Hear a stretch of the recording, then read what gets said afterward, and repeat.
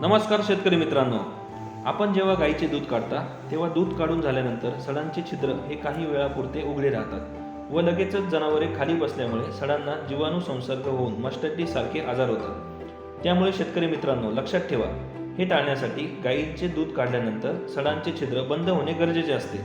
याकरिता दूध काढल्यानंतर लगेचच जनावरांना खाद्य चारा टाकला तर ते काही काळ उभे राहतात, तसेच सडांवर पातळ द्रवाचा थर दिल्यासही हा संसर्ग टाळू शकतात। यासाठी काय करावे तर यासाठी महत्त्वाचे असते ते म्हणजे गाईंच्या सडांना डीप सोल्युशनचा वापर करणे। गाईचे दूध काढून झाल्यानंतर डीप कपमध्ये सोल्युशन टाकून त्यामध्ये गाईचे सड बुडवल्यामुळे सडांवर द्रावणाचा पातळ थर तयार होतो। सडांवर आवरण तयार झाल्यामुळे जीवाणू संसर्ग टळू शकतो आणि सडाला होणारे सूक्ष्म आजारांपासून संरक्षण होते। त्याचबरोबर जनावरांचे शारीरिक व आपले आर्थिक नुकसानही देखील होत नाही।